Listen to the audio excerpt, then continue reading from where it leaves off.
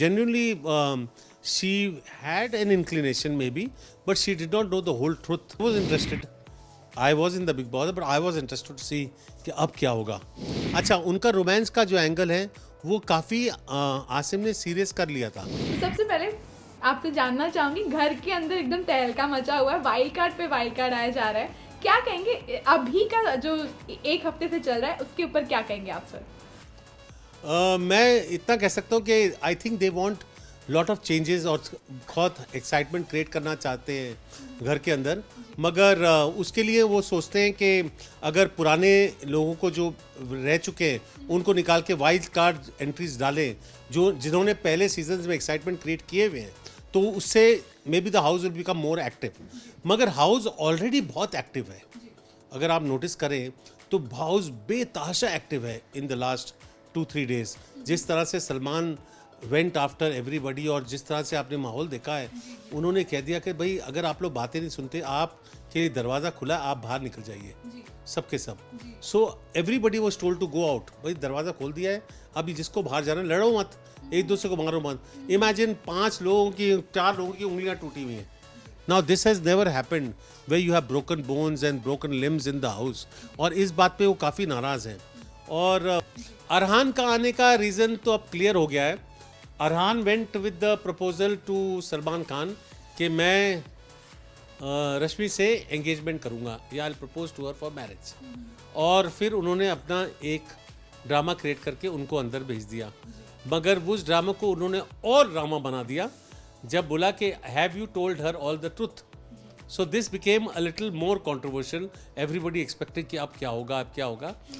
But I think मुझे ऐसा लगा थोड़ा कि everybody was into the game plan, ऐसा लगा मुझे. ओके, कहीं ना कहीं आपको नहीं लगा कि जो अरहान का ट्रुथ है वो कहीं ना कहीं जो था वो नेशनल टेलीविजन पे इस तरह से आना चाहिए था या नहीं चाहिए था?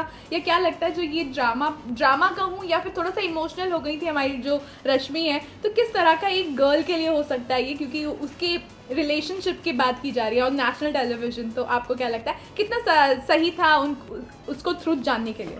आई थिंक जहाँ तक मेरा ख्याल है, अरहान का एंगेजमेंट का plan was discussed by the people involve और उन्होंने उस तरह से प्लान किया कि ऑडियंस के सामने पेश करेंगे.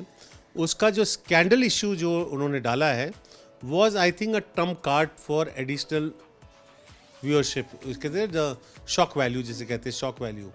और आई थिंक थोड़ा बहुत रश्मि को शायद पता भी होगा या नहीं भी पता होगा, but if you look at big boss and जिस तरह से बिग बॉस स्ट्रक्चर होता है उस तरह से तो उन्होंने जो ऑडियंस गार्नर करनी थी और जो ऑडियंस चाहते थे इस कंट्रोवर्सी की वजह से, वो तो उनको मिल गई ना.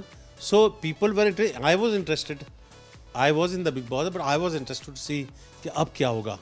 And genuinely she had an inclination may be, but she did not know the whole truth.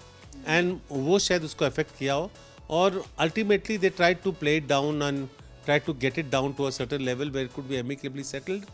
And anyway, victory to the television. अच्छा, इस बार का जो इविक्शन हुआ इस हफ्ते, हिमांशी का इविक्शन हुआ, काफी ज्यादा अनएक्सपेक्टेड था, क्योंकि कहीं ना कहीं ये माना जा रहा था, ये फैंस के अंदर भी हो गया था कि कहीं ना कहीं आसिम और जो हिमांशी का लव एंगल है शायद उसको ग्रो किया जाएगा और उसी में इनका जो ये बाहर आ जाना था. आपको क्या लगता है कितना जस्टिस हुआ है? क्योंकि हिमांशी के जो फैंस हैं वो भी काफी ज्यादा इस बारे में ट्विटर पे ट्वीट्स कर रहे हैं और सोशल मीडिया पे काफी चीजें कर रहे हैं.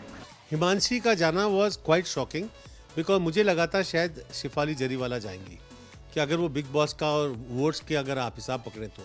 मगर Himanshi was a good player, dignified बातें करती थी, वो कंपटीशन में खड़ी हुई थी और सामने लोगों के कम्पीट कर रही थी.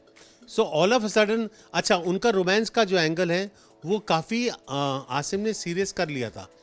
और जब कर लिया था सीरियस तो audience had also started enjoying themselves.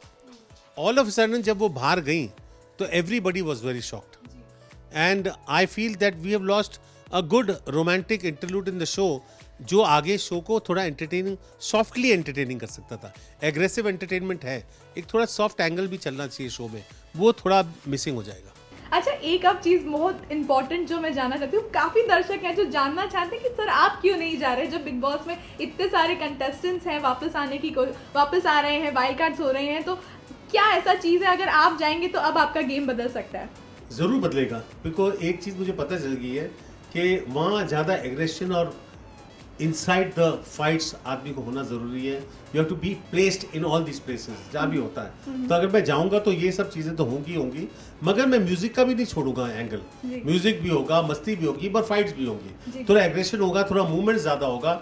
Her you have a finger in every pie, जी। वैसा चक्कर होगा. हर पाए जो कुक हो रहा है उसके अंदर उंगली डाल दो. जी। That is what is actually happening. And then I think I be able to play a better game than what I did. So you get to learn a lot. So if I get an opportunity, बहुत खूब मस्ती होगी. और